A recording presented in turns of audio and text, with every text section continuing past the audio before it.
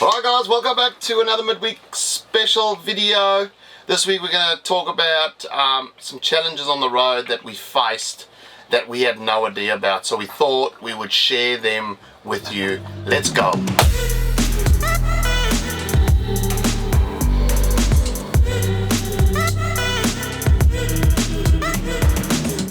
We've broken down.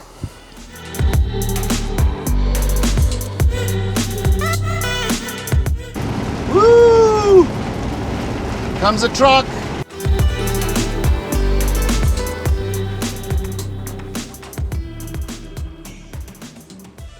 think we should call this tea talk. Tea talk. Oh, I don't have a cup of tea, was it? No, I don't have any sugar. I ran out of sugar. But okay, coffee talk, or talk over a cup of coffee. I thought we should do beer talk, but anyway. It's a school night, so we're not having any alcohol tonight. Important to note, these are the challenges that we faced personally, so they're definitely not the biggest challenges ever faced on the road, and I'm sure that there are some families who have faced greater challenges, but we just want to share our personal journey with you and what we've been through that, as Derek mentioned, we certainly did not expect. I also just want to touch, like, some of these just might be we wanted to know about before we traveled and clearly didn't do my research properly or never found it, and some of them are just general things that we thought we'd share with you. So I'll start. We left Brisbane on the 25th of January 2020, and that was when the fires were happening down in New South Wales and Victoria, which was, you know, a pretty scary time for absolute tragedy. Many. We had set a date to go, so it kind of, weather and these things can happen, so you got to be a bit prepared. And we to be honest with you, I don't think we were, because all the vlogs and stuff that we had come across, sunshine and blue skies, but what a hornicans. You forget about like the weather. You know, everyone sets off.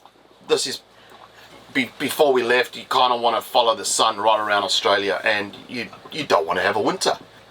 So we hung around a little bit just north of Brisbane. So, you know, you've got to be sort of prepared for plans to change pretty much, and we weren't. We were one of those that when we went into a caravan park right in the beginning, and I would see someone and I'll be like, oh, so where you going next? And he would be like, I don't know. We'll see which way we go tomorrow. And I kind of thought to myself, whoa.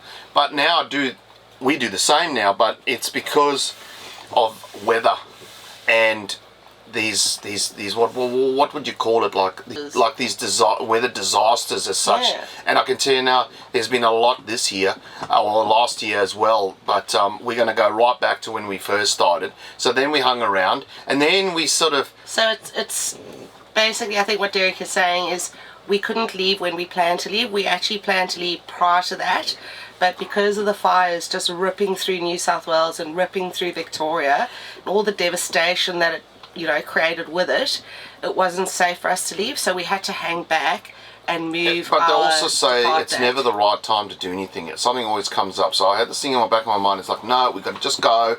We'll go north for a little bit, and then we'll turn around when it's safe to do and head south. Then we set off south, and then after that came about 9 weeks of rain. Wow. Yeah. And we just couldn't get away from it. I mean, we went to caravan parks and they literally said, guys, we can't. Park was waterlogged. And I remember eventually finding somewhere, and we're still new to this. Like, we're just like, oh, what are we going to do? What are we going to do? And we parked on a road in a showground, because that's all they could offer us, and we were very grateful for it. You couldn't move off the road because you'd literally just bogged down into the grass. We actually had Valentine's Day there, and cooked a roast on the road. Hey, making memories. And you know what? Like, bearing in mind what the communities had been through, we were happy that we could take our business through there, but it became very apparent very quickly just how hard it had hit first the fires and then the floods in New South Wales. Yeah, it was a bit of flooding. It wasn't as bad as the recent stuff. Yeah. But back then it was quite a bit that was happening around that sort of northern New South Wales area. So two major weather events within the first 9 weeks. 9 weeks on the road. So, and I still remember saying to Sue, like, what are we doing? Like, I've quit my job. You know, what? Couldn't do anything. Couldn't film. We were trying to get like our foot in the door, filming. And finding accommodation was really difficult because a lot of places were actually closed due to the weather So what we're trying to say is, what we've learned is trying to have a backup plan. Like if we can't get in somewhere, we try and look around that area and have some sort of knowledge of what's going on. So if we arrive at the place we want to be and there's no accommodation available, we already know, okay, there's another camp 50 k's each way of this place that we had in mind to go to. So that was our first sort of little challenge in the first sort of 9 to 10 weeks of getting on the road. And what that also did was it just, you know, made all the beaches dirty, the rivers were running, there was no fishing of it, like to do any fishing, and I was really starting to question myself, like, what are we doing? Like, I can't even, you know, yeah, the beaches have a were bit just of fun destroyed. or anything like that. So, and we were stuck in a, you know, last week you would have seen we measured this van at 12 square meters. The other van must have been a tad bit bigger because it was a bigger van, and we were stuck in that van. It wasn't an off-road van, so we were also worried about where to tow it. But moving forward from that, now we don't want to dribble on this subject too much. I think everyone's had enough of this over the past 3 years. We thought we'd just touch base on it. Like we just started, the weather started coming good, and we actually started transferring into this sort of life and realizing and learning about sort of the free camping, how long we could last off grid for in terms of water. We really started getting into it and enjoying it, and then COVID hit. Yeah. Now this is obviously something that we hope never happens again. No. But we should know that these things can just happen. Yeah. But you don't expect it at all. It's a pandemic. They're meant to happen once every 100 years, and you know, you never think it's going to happen in your lifetime. And probably the most challenging part is our understanding of it at the very beginning. So I'll never forget where we were when, you know, the news of COVID hit. And naively you think, oh, you know, I remember, 1 or 2 weeks. we were just coming into Victoria, into a town called Sale. We're at the showground. Yep. And all of a sudden we woke up one morning and there was just talk around all the camp, and we were like, where are we going to go? This is like way in the beginning when we didn't know what was, we all thought this is going to blow over in 2 weeks, to be fair. And we were, you know, if you watched the news and everybody said go home, go back home, and we were like, well, we don't have a home. This is our home. Yeah. Amongst many other travellers that were there were some travellers that were just on a trip and they went home, and you know, the right thing to do was probably to go back home, but we just didn't have a home to go back to. We didn't have a house.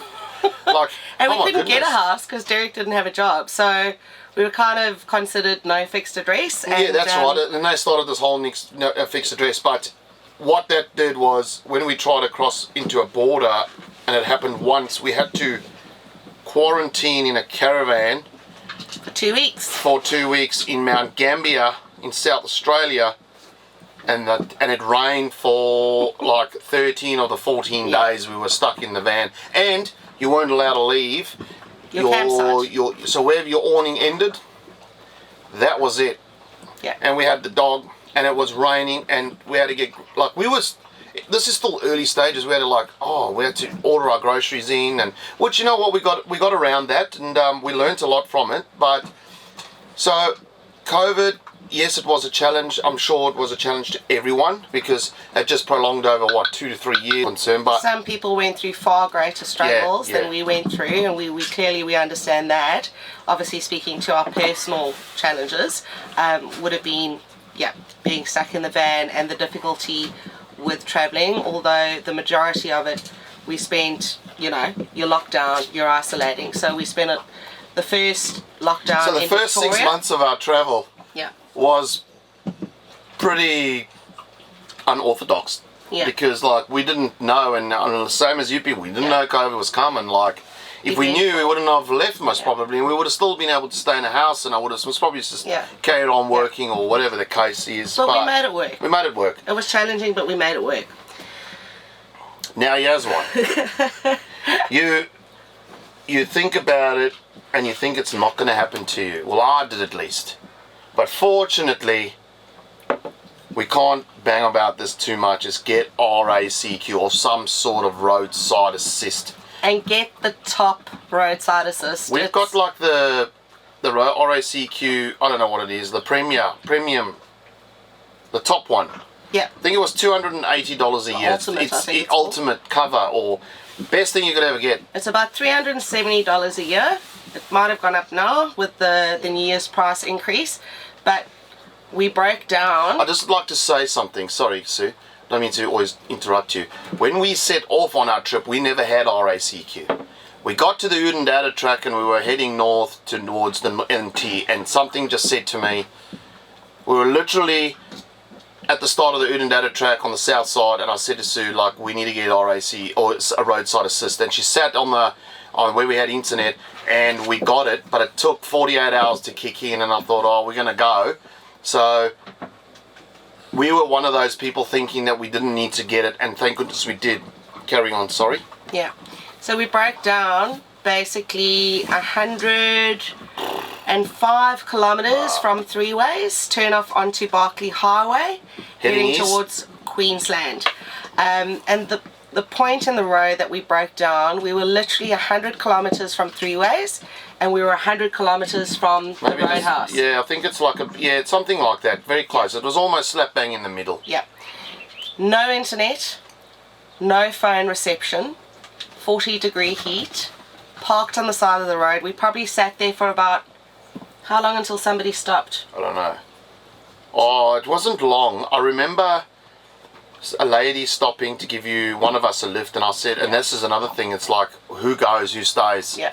Sue's never towed. Would I go with the person in the car, and then would I leave Derek behind in the van, or would we do it the other way around? And we didn't know how long this was going to take, so if I'd gone, I know this will be a lot of like, Derek, you should have gone, but what happens if I was stuck on the side of the road into the night and with nothing there? So it was a little bit of like, I think it was a risky either way we did it. Yeah. But fortunately, this amazing lady pulled over, travelling by herself, going through to see her mum for like the first time in 3 years, a woman traveller, so I was quite comfortable going with her.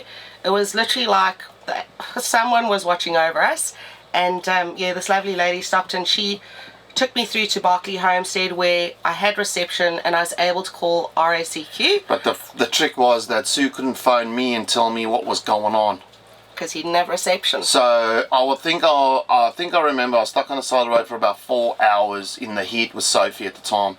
At that time, our caravan couldn't run off grid. It was a beautiful day. I most probably could have run the aircon for those 4 hours in this van and we would be fine. But I remember having a little spray bottle with water in it and trying to spray Sophie and spray myself. The flies were next level.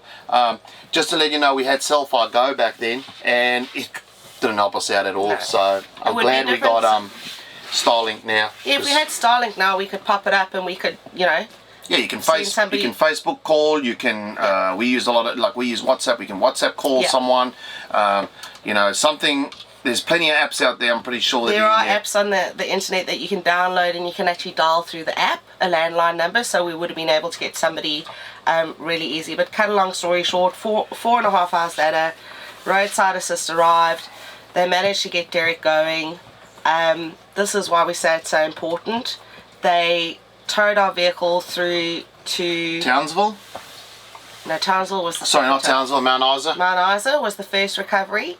We couldn't get anyone to look at the vehicle. So here's another point of our challenge is getting stuff fixed on the road. Let it be a minor problem or let it be a major problem. For us at that time, it was a major problem. Our car was not sort of drivable. It was drivable, but it was throwing codes up all the time, so I didn't want to hurt it anymore. We got towed to Mount Isa. I rung around and I didn't feel comfortable what the locals were saying about the car. To be fair, I'm no mechanic. I made a few phone calls to people in Melbourne, and I think it was Melbourne, which then put me on to a guy in Townsville. We spent 2 weeks in Mount Isa trying to get this sorted out. They were talking about it being pretty dear, and well, it was a whole new engine. Yeah, I rang RACQ back up and told them, look, this is the situation. We can't sort of get it fixed. And it was like there was another couple stuck in Mount Isa with the exact same problem with a Ford, and they'd been there for 3 months and they still hadn't fixed it. And I rang RACQ and explained the story, and they said, yep, no worries. They came back to me with a quote. It was within our yearly budget, even though we've been towed all the way to Mount Isa. They said it'll cover our car and caravan to get to Townsville, but we couldn't drive in the truck because it's longer than, I think it was 8 hours. So then we had to either fly from Mount Isa to Townsville. Bear in mind, it's still COVID. There were no flights. The flights were ridiculous, plus we had a dog. Yeah. And then I tried to get a hire car, and they wouldn't do me a hire car from Isa to Townsville one way. I eventually begged this company, I think it was Hertz. I said, mate, I don't know what you want me to do, but my car's being towed. This is my situation. How much is it going to be? And at the end of the day, I managed to get it for $1,000 one way for a car, which RACQ covered as well. It was steep, but they had to pay for the recovery because it was COVID. No one was going there and back. Yeah. So they charged us a steeper price to get it there because they knew they'd struggle to get it back. But yeah, RACQ paid the second. But by the time we had got to Townsville, we had exhausted our yearly funding, which at that stage I was happy to be in Townsville, to be fair, because they put us in we got a caravan park. We explained to the caravan park what was happening, and they just extended our stay as we're trying to get the car fixed. But if you can take anything out of this video, it's get some sort of roadside assist, and don't be that person, because our Ford was an old car, but it only done 70,000 k's when we bought it to do the trip. Yeah.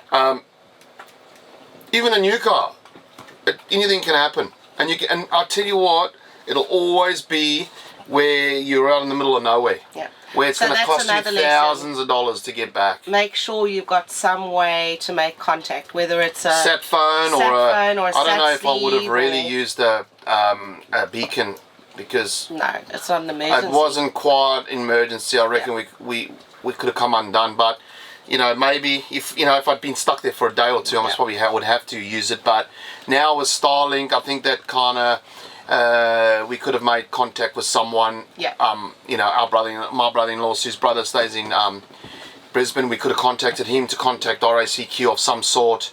Or we could have just called RACQ direct through the app. Oh, through the mate, technology is getting out there, but that's. Be prepared for some sort of break. Touch wood. Is this real wood? I don't think so.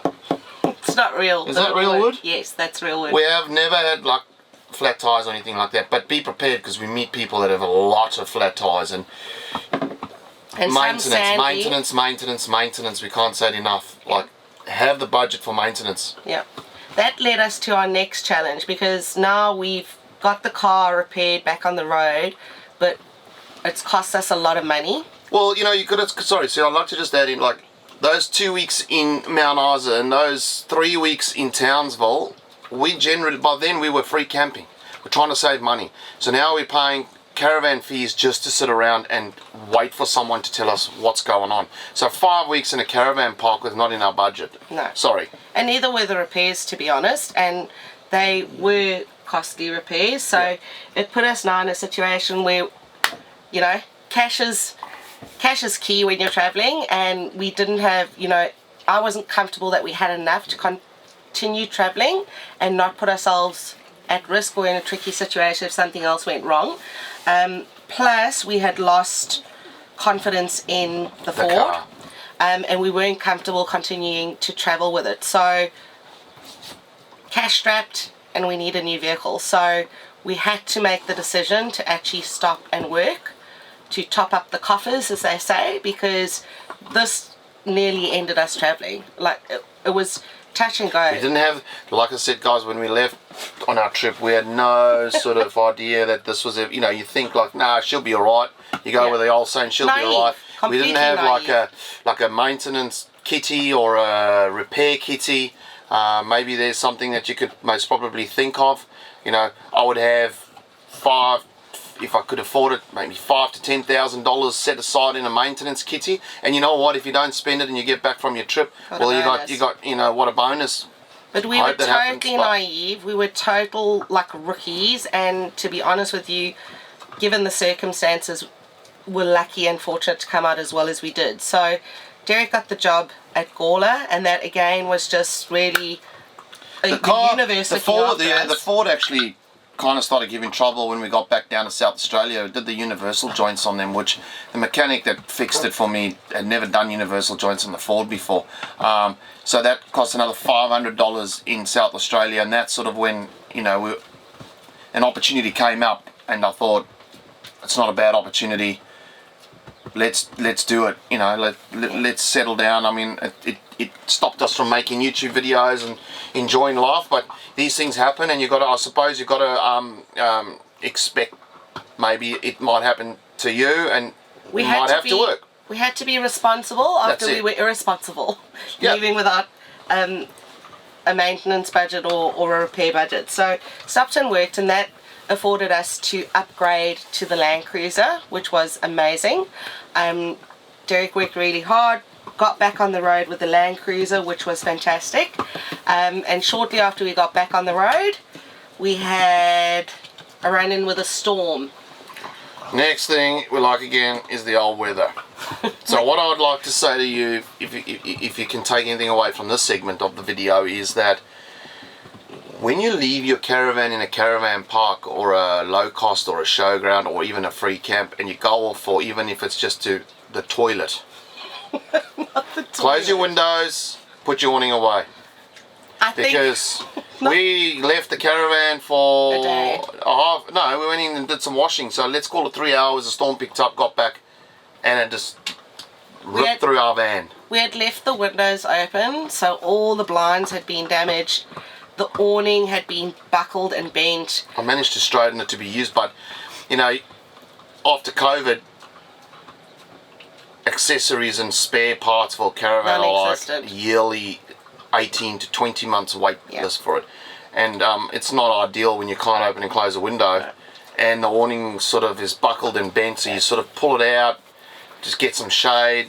But we couldn't actually get the caravan in to just be assessed and looked at. That was going to take 5 months just to get an appointment to get it looked and assessed, let alone repaired. And so we decided at that point, you know, it makes no sense actually continuing with this caravan. We want to upgrade the van anyway, but in upgrade I mean downgrade, because she was a big van, she was a 20-footer, and we wanted something smaller and something more practical. Just remember that when we set off on our trip, to be honest, it was a 12 to 18 month plan to travel for, but then with COVID and then Sue able to work more remotely, we kind of liked and loved this lifestyle, and we still absolutely love this lifestyle. We wanted to keep going, so the caravan and car needs to be upgraded, and company work had like did insurance work, so fortunately we finally been able to get our van assessed. This guy came out, and then we got chatting, and I said to the guy, like, look, it's time for us to move on from this van, and then the discussion started. He took me back to the dealership. They had the little Nova that we bought, which was a cracking van, and we were lucky enough that it sort of all worked out in about 3 weeks while so we stopped in Townsville for about 3 weeks again. Another 3 weeks in a caravan park. But that leads us on to our next challenge, because when you change or upgrade your van on the road, it's really challenging because you live in it every single day. So you've got to arrange, obviously, to clear it out, clean it up, trade it in, and then you need to arrange your new van. You know, small things like, where are you going to keep all the stuff you take out the van while you're going to fetch the new van to get it in the van anyway? Like, a lot of people might be lucky that while they're travelling around Australia, they might have family and friends in sort of these towns where you got somewhere to just stay while you're swapping over a van or a car. You know, and while we were at Gawler and we changed from the Ford to the Cruiser, I think we went 2 weeks without a car, like no car. Yeah. Fortunately, Gawler Caravan Park is in a pretty good location where we could walk to Coles, but you can only carry so many groceries back, so we kind of were doing that, which was probably better for my health anyway. Oh, it was great. I was doing Coles and back But then. now this goes to, like, you know, it can be costly, but it can also work out for the best, I think. And again, we were very fortunate because we were trading in the van and buying the van from the same dealership. They let us have the vans, both vans, for a day, side by side. I paid for 2 caravan sites, so I didn't get the other one. So and we ran from one van to the next. Other. They gave me sort of a day to unpack it, and they would come and fetch it. Yeah. So new van. We were so excited. The Nova was a cracking little van. Had now the new Ute. We had the little Nova, which was fantastic, and we hit the road again. And and we stopped. I don't know how many k's were we out of Townsville when we stopped over for a stretch. When we left Townsville, we hightailed it pretty much down to South Australia for the summer year before last now, towards like the end of like sort of November. So we did Townsville 2-3 ways and back down the centre. I think it was like 3,700 kilometres that we had to cover, and I don't know if this can come down to maintenance and stuff, but this could definitely happen. Even I'm not having a dig at the dealership, but we got the van and we travelled those 3,700 k's, and we pulled up about 100 k's outside Port Augusta in a sort of a rest stop to stretch our legs, and something said to me, just look down at the tyre and the wheel alignment. It was so out that two brand new tyres, the right driver's side tyre had run bald completely on the inside of the tyre. It was frightening. There was nothing left of it. I think if we had gone another handful of kilometres on that tyre, and this was a single axle van, so if that tyre had come off, that van, I don't even want to think what would have happened. And this is why I'm saying these are our personal challenges, because we know people who have actually rolled a van or rolled their vehicle, and that's by far worse than anything that's happened to us. But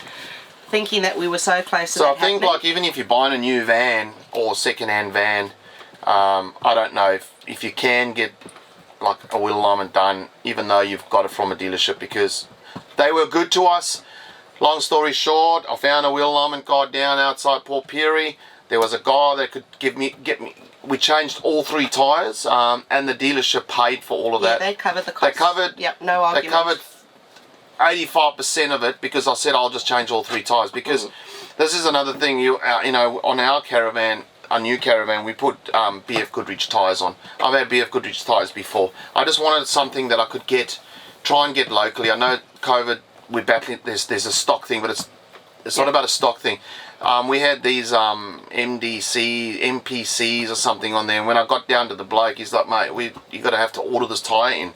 And I was like, well, what have you got in stock? And I just said, change all 3 tyres. So the dealership paid for, it's 85% of it, and I paid the other 15%, and just got 3 brand new tyres, and I got the wheel alignment done, and she ran good after that. Yeah.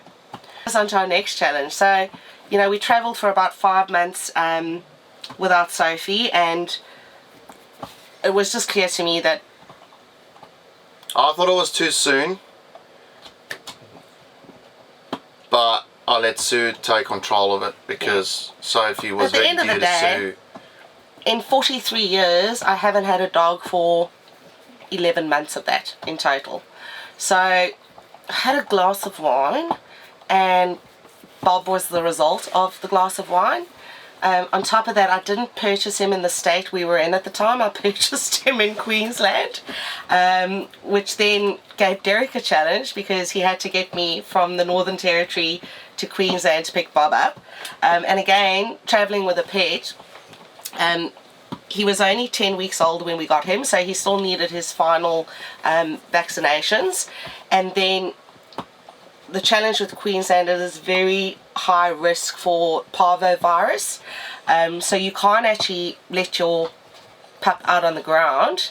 I think it was for 4 weeks we had to keep him in the van, and that's a challenge for a puppy, keeping them sort of I was like entertained. texting people and asking them, like, is this really true? And they were like, yeah, and you couldn't have him outside on the grass at all, so you were stuck in the van with us, and obviously did his business in the van, because, like, well, what do you expect He's this poor very good dog with the to puppy do? pads But now. he's come a long way, and we've kind of got through that part, and he's good now. He wakes us up, and we put him outside. So yeah, and I will say, having a puppy in a van is challenging if you can't walk them outside, exercise them outside, entertain them outside.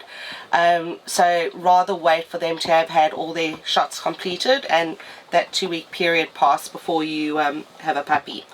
And then the last one is, I don't know if really it's a challenge. It was a challenge to us, and this could happen to anyone, but it seems very rare. It was probably just the wrong place at the wrong time. We got the car defected. Now, we had planned to do a lot more pre-Christmas on our way down to Melbourne, and got the defected vehicle, and we were off the road for like, it turned out to be 7 weeks. So take this out of this video is that, like, make sure that here you just don't have illegal tint, and if you get a crack on your windscreen, change it straight away.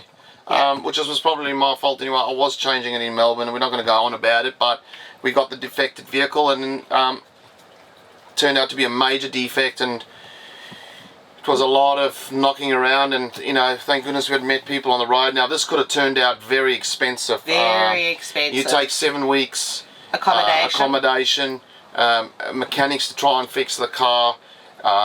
We try to do. I could have done some of it myself, but caravan parks generally don't allow you to even work on your car in the park. You barely even wash it if you're lucky. But fortunately, we know we've made really good friends on the road, and I made a phone call when we got defected, and they said come to our farm, and Jason and Lisa Jason helped me in the garage. Lisa helped by just being the person she is, and we managed to get it sorted, but that could have turned out really costly. So. And we were lucky that Jason is very mechanically minded. Yeah, I think we got the stuff done for half, if or not less than that. And yeah, if you're watching this, mate, thank you very much. Yeah. What we have learned with that, and this is an interesting one, is when you sell or buy a vehicle in South Australia, you don't need a roadworthy. So we never had the roadworthy when we bought the vehicle. That's right. Sorry, I never did a roadworthy on it. Yeah. Because in South Australia, you just have to sign a piece of paper. You go into, I think it's SA Services, you hand in there, you pay the stamp duty, and I walk out and I'm done. So those are the challenges we faced on the road. In 3 years, those are, I suppose, the challenges we faced on the road that are like, we've learned from, and we thought we wanted to share them with you. Now, like we said, there's a lot more challenges that could happen on the road, but unfortunately they haven't really happened to us. I mean, so let's we can't face talk about it. The biggest challenges in life, and I suppose the biggest blessings in life that you hope for, are that you have your health and your wellness, and we have our health and our wellness. It could have stopped us in our tracks. It could have landed up being this, being that, and it's made us stronger. Moving forward as a team, we work well together. Myself and Sue, we husband and wife, I suppose, but we do well. We support each other. We know where to support each other when we're sort of stressed in these circumstances, and it's made us really stronger. We understand the travel system a little bit better than what we did. And we've got more experience in what to do. Not necessarily we don't know what to do when something specific goes wrong, but just the whole process of dealing and assimilating it when something does go wrong. Don't panic. Don't get overly stressed. Just first you got to find somewhere to pull up, because that's somewhere safe, somewhere where you might have to stay for, depending on what the situation is, you might have to stay for a while.